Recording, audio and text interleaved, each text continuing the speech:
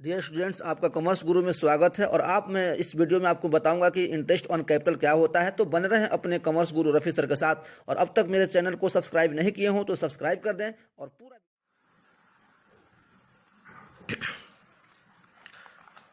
तो dear students,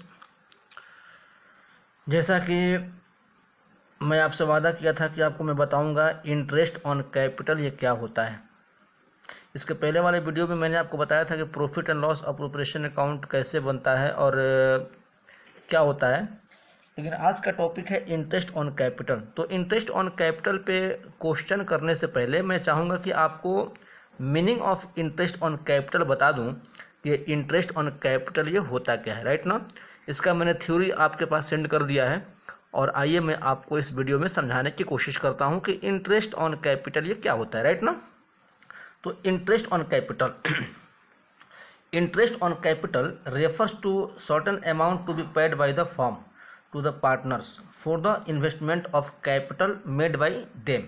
इसका सीधा सा मतलब ये होता है कि अगर कोई भी पार्टनरशिप फर्म में अगर अपना कैपिटल इन्वेस्टमेंट करता है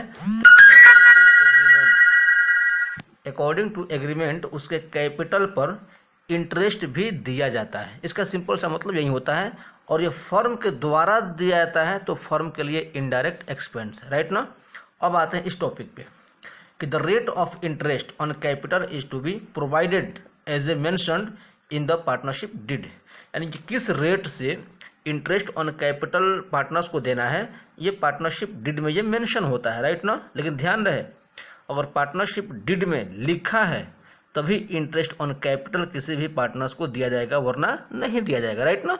जैसे कि दूसरे टॉपिक पे लिखा हुआ ये पॉइंट पे कि no interest on capital is to be given to any partners in the absence of partnership deed. Absence of partnership deed का मतलब होता है कि एग्रीमेंट का न होना, राइट ना, एग्रीमेंट का न होना। तो no interest on capital is to be given to any partners in the absence of partnership deed. यानी कि अगर पार्टनरशिप डिड में अगर इंटरेस्ट ऑन कैपिटल से रिलेटेड अगर कोई एग्रीमेंट नहीं है तो इंटरेस्ट ऑन कैपिटल किसी भी पार्टनर्स को नहीं दिया जाएगा, राइट ना। अब आगे अगली पॉइंट बात करते हैं कि interest on capital is paid at the end of the year out of the profit earned bye the firm.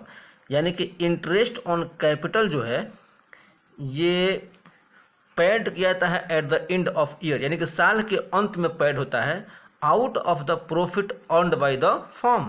यानी कि जो फर्म के द्वारा जो प्रॉफिट अर्न किया गया होता है उसी में से इंटरेस्ट ऑन कैपिटल पार्टनर्स को दिया जाता है, राइट ना। अब देखें कि interest on capital is always calculated on the opening capital and additional investment made by the partners during the year. यानी कहने का मतलब है कि interest on capital is always calculated on the opening capital. ये ओपनिंग कैपिटल गौर से सुने बेटा, ये ओपनिंग कैपिटल, राइट ना, and additional investment made by the partners during the year. यानी कहने का मतलब है कि जब भी पार्टनर्स को इंटरेस्ट ऑन कैपिटल दिया जाएगा तो उसके ओपनिंग कैपिटल पर दिया जाएगा और एडिशनल इन्वेस्टमेंट पर। यानी कि ओपनिंग कैपिटल हम लोग उसको बोलते हैं कि साल के शुरू में जो कैपिटल पहले से उसके नाम पर मौजूद होता है उसी को बोलते हैं हम लोग ओपनिंग कैपिटल। एडिशनल कैपिटल का मतलब होता है कि जो साल के बीच में अगर पार्टनर्स लगा दे उसी को बोलते हैं एडिशनल कैपिटल, राइट ना।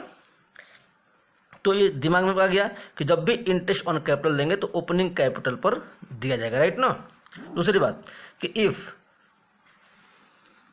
Partnership did provides interest on capital but rate of interest no mentioned, then in this case interest on capital given to partners at the rate of 6% per annum according to Partnership Act 1932।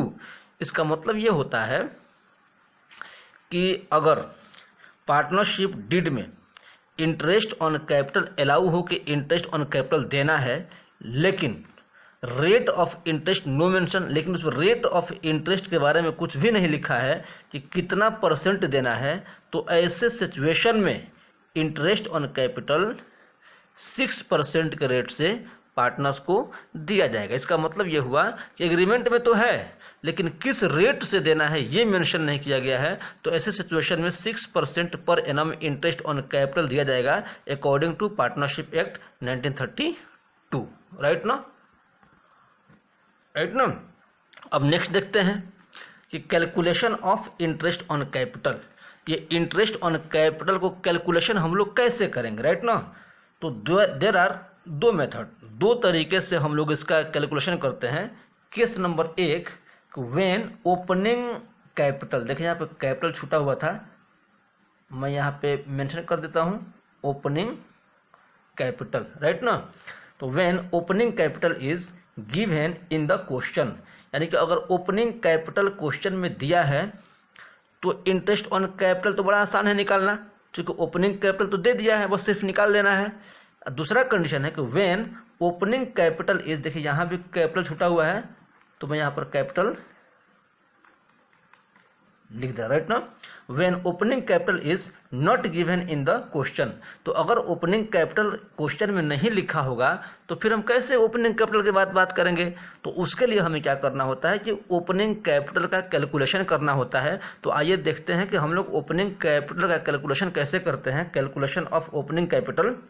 तो सबसे पहले क्या करेंगे कि capital at the end of the year, यानी कि साल के अंत में कितना कैपिटल का अमाउंट शो कर रहा है, क्लोजिंग कैपिटल, यानी कि साल के अंत में कितना कैपिटल का अमाउंट शो कर रहा है बैलेंस शीट में। उसके बाद से उसमें क्या करेंगे, ऐड ड्राइंग, क्वेश्चन में ड्राइंग दिया होगा तो ड्राइंग को हम लोग उसमें ऐड कर देंगे। लेस शेयर इन प्रॉफिट, तो पार्टनर को जो हिस्से में प्रॉफिट मिला होगा उसको माइनस कर देंगे। एडिशनल कैपिटल, जो साल के बीच में अगर कोई पार्टनर इन्वेस्टमेंट किया हो कैपिटल के नाम पर, उसको भी लेस कर देंगे। राइट ना। ये प्लस माइनस करने के बाद जो फिगर आएगा उसे ही हम लोग बोलेंगे ओपनिंग कैपिटल। राइट ना। तो इस तरह से ये रहा आपके इंटरेस्ट ऑन कैपिटल पे थ्योरी, और मैंने समझाने की कोशिश किया।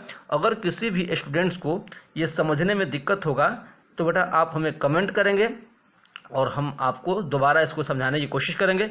और अब तक अगर आप लोग हमारे वीडियो को, हमारे चैनल को सब्सक्राइब नहीं किए हों तो सब्सक्राइब कर दें और बने रहें अपने कॉमर्स गुरु रफ़ी सर के साथ। अब अगले वीडियो में मैं आपको ये बना करके दिखाऊंगा कि इंटरेस्ट ऑन कैपिटल का कैलकुलेशन न्यूमेरिकल यानी कि प्रैक्टिकल मोड में क्वेश्चन के आधार पर कैसे किया जाता है।